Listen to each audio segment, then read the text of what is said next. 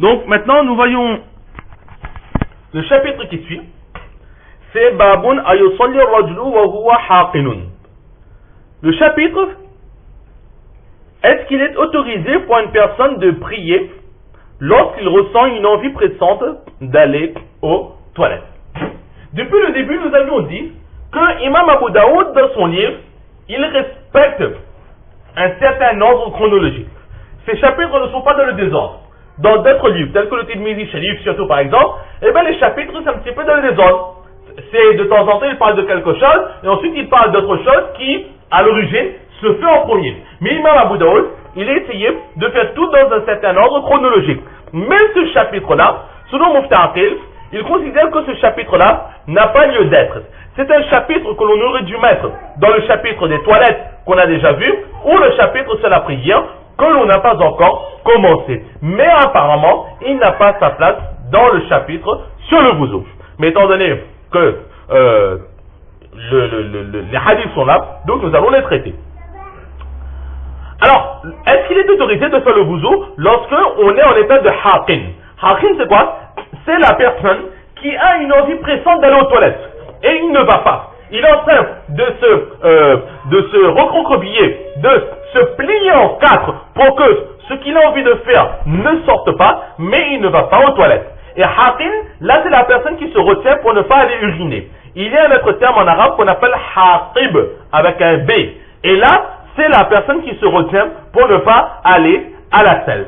Donc, ce sont deux situations que le prophète sallallahu alayhi wa sallam va nous enseigner. Est-ce qu'on peut prier dans cet état-là? Si on a fait, est-ce que la prière compte ou est-ce que cela ne compte pas? Alors, si avant même de commencer la prière, nous sommes déjà dans cet état, que nous avons envie d'aller aux toilettes, mais on ne va pas, il est dit qu'il est makruh tahrimi de débuter la prière. Nous avons l'obligation d'aller d'abord aux toilettes et ensuite de se purifier et de faire la prière tranquillement. Et certains, dans l'enseignement de l'imam Malik alayhi rahma, il dit que dans certains cas, il sera même obligé de rattraper cette prière. Si on a envie d'aller aux toilettes, mais qu'on n'est pas parti, alors la prière on l'a fait, il sera wajib de rattraper cette prière selon certains enseignements de Imam Malik alayhi rahma. Donc là c'est le cas où nous avons envie d'aller aux toilettes avant même de débuter la prière. Mais maintenant si on a débuté la prière, tout allait bien, et au milieu de la prière, une envie se fait ressentir. Alors là qu'est-ce que l'on fait? On a envie d'aller aux toilettes. Qu'est-ce qu'on fait? Et là on parle bien d'une envie très très pressante. On est en train de serrer même pour que cela ne sorte pas. Alors qu'est-ce qu'on fait? Dans ce cas aussi, il est préférable de rompre sa prière, d'aller d'abord aux toilettes et ensuite de revenir. Mais si la personne n'a pas rompu sa prière et a continué malgré cette indélicatesse et ce malaise, alors la prière sera acceptée quand même.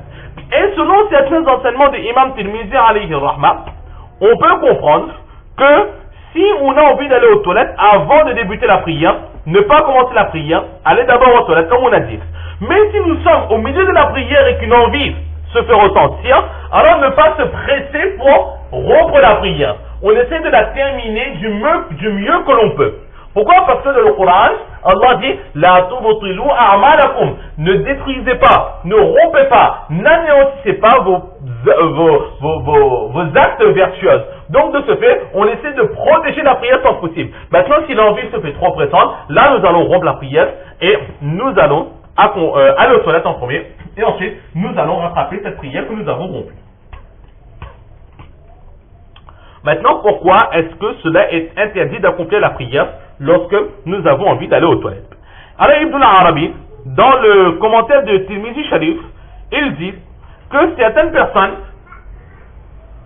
émettent comme raison de l'interdiction d'accomplir la prière lorsque nous avons une envie pressante d'aller aux toilettes, c'est que lorsque nous avons cette sensation d'envie d'aller aux toilettes, nous serons tellement concentrés sur le fait de retenir nos besoins pour qu'on ne se salisse pas, qu'on ne pourra plus se concentrer pour la prière.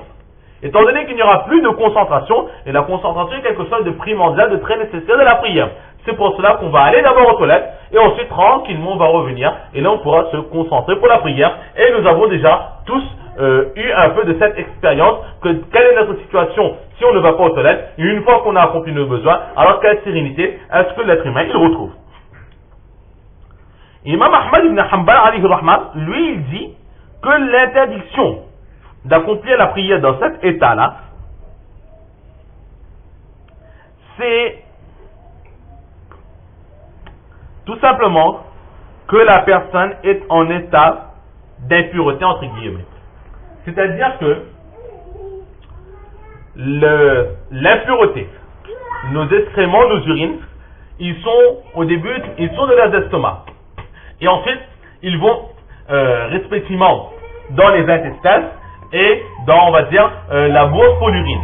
Et ensuite, de cela, lorsque l'envie se fait ressentir, cela veut dire que ces excréments et ces urines vont quitter leur lieu où ils restent normalement, c'est-à-dire les intestins et la bourse, et là ils vont commencer à suivre le chemin pour arriver à l'extérieur de notre corps. Donc lorsqu'on a une envie très très pressante d'aller aux toilettes, cela veut dire que l'urine et les excréments ont quitté leur lieu. Et ils sont déjà maintenant à la porte de sortie.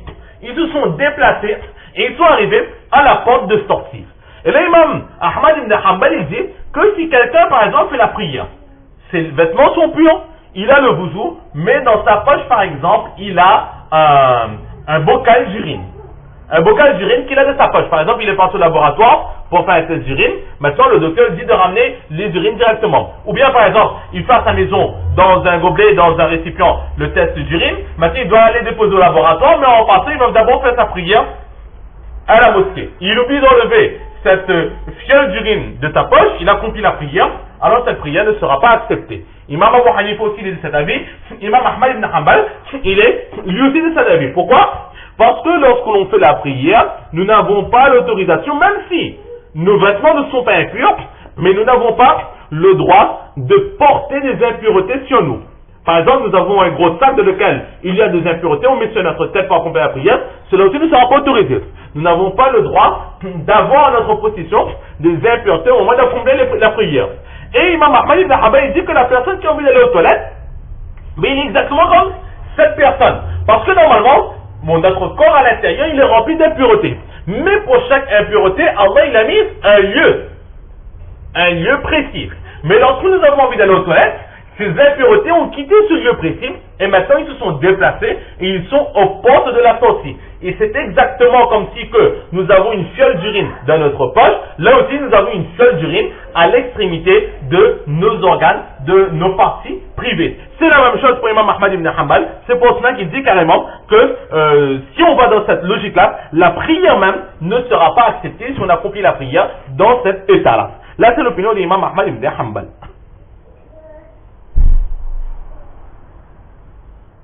Et Imam Malik alayhi rahmat, lui, il donne un enseignement un peu plus original. Imam Ahmad c'était déjà suffisamment original, et là Imam Malik c'est encore beaucoup plus original. Lui qu'est-ce qu'il dit? Il dit que lorsque l'on va accomplir la prière en étant en train de se retenir, de serrer tous ses muscles, alors on fera la prière, mais en même temps on sera en train de bouger nos muscles. Serrer nos muscles pour que cela ne sorte pas. Et nous savons tous que dans la prière, faire des gestes inutiles régulièrement, cela annule la prière. Marcher en priant, cela annule la prière. Trop se gratter dans la prière, cela rompt notre prière. Pourquoi? Parce que ce sont des gestes inutiles qui ne sont pas demandés dans la prière. Et Imam Malik, qu'est-ce qu'il dit? Il dit que là aussi, lorsqu'on fera la prière, en resserrant ses muscles pour ne pas se souiller avec les impuretés qui sont à la porte de sortie, alors on fait bouger nos muscles. Là aussi, ce sont des gestes inutiles que l'on fait. On entre dans ce qu'on appelle la amalekatier, des gestes en grande quantité inutiles. Donc cela annule notre prière. C'est pour cela qu'Imam Malik, lui, il dit que dans certains cas, il faudra carrément rattraper cette prière si l'envie s'est fait trop pressante.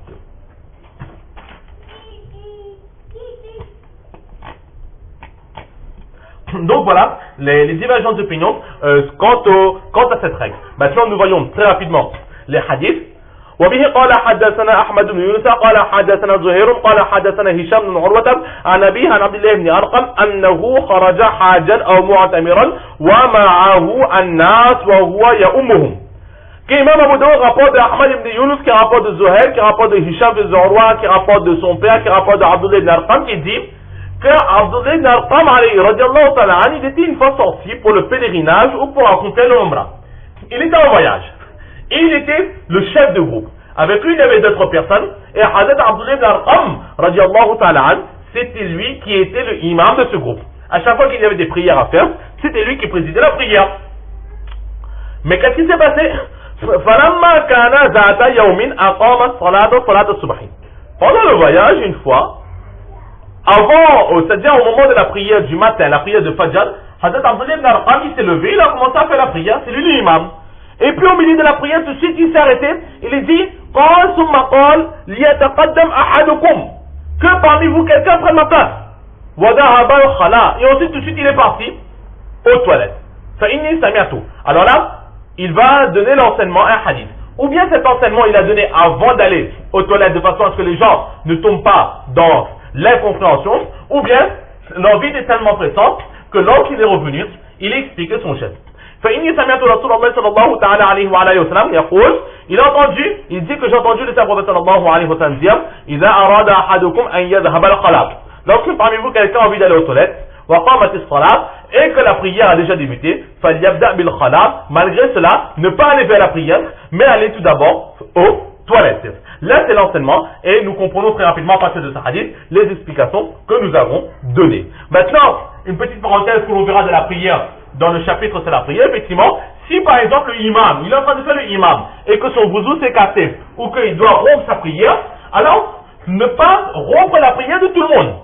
À cause d'une personne, il ne faut pas que tout le monde soit dans la pénalité. Le imam, il a la possibilité, avant de quitter son musalla, de récupérer quelqu'un à l'arrière, de prendre quelqu'un au premier rang et de lui donner la place de imam, et cette personne continuera la prière comme si que rien ne s'était passé. C'est pour cela qu'on dit que lorsqu'on fait la prière avec un imam, il est préférable que derrière le imam, ce soit quelqu'un de science qui se place. Ne pas mettre n'importe qui.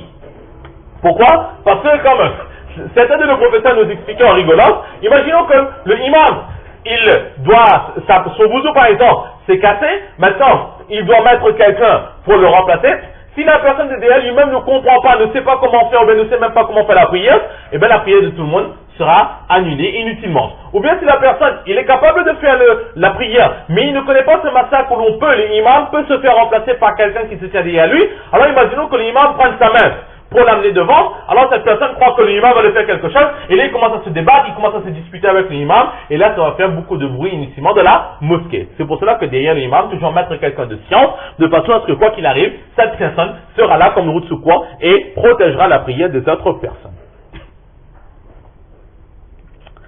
Là c'est l'enseignement de ce hadith. Maintenant Imam Abu Daoud, il va nous donner un petit enseignement au sujet de la scène de transmission. قال أبو داود وروى وهيب بن خالد وشعيب بن إسحاق وأبو زرمة هذا الحديث. Imam Abu Daoud dit qu'il y a trois autres personnes. Wahib fils de Khalid, Shu'aib fils d'Ishaq et Abu Zarama. Abu Zarama, ces trois personnes, ils rapportent le hadith de qui? De Hisham ibn Urwa, qui rapporte de son père, donc Urwa, et qui rapporte d'un homme. Qui est cet homme? On ne connaît pas. Et cet homme a dit que c'est Hazrat Abdullah ibn Arqam, radiallahu ta'ala, qui lui a raconté cette histoire. Ici, l'imam Abu Daoud, il veut nous faire comprendre, c'est que dans ce hadith que nous avons, Hisham ibn Urwa, alors il a plusieurs élèves. Il a ce que nous avons dans notre chaîne de transmission, c'est-à-dire Zuhair, et ensuite il y a trois autres personnes, en l'occurrence Abu Zamara, Shu'aib ibn Ishaq et Wahab, fils de Khalid. Imam Abu Daoud, il veut dire que certaines personnes, dans l'enseignement de ce hadith, entre Hisham fils de Urwa et Abdullah ibn Arqam, ils vont mentionner une personne, mais ils ne connaissent plus le nom de ces personnes, ils disent quelqu'un m'a dit. Et ce quelqu'un-là, si cette personne se trouve dans la chaîne de transmission, alors automatiquement la chaîne, le hadith, il va prendre un coup de faiblesse. Cette chaîne de transmission va s'affaiblir et le hadith n'aura plus la même force. Mais tout de suite, Imam Abu Daoud, il dit, ne vous laissez pas tromper. Pourquoi? Parce que mais là ce ne sont que trois exemples et la majorité des personnes qui rapportent les récits de Hisham, ils vont tous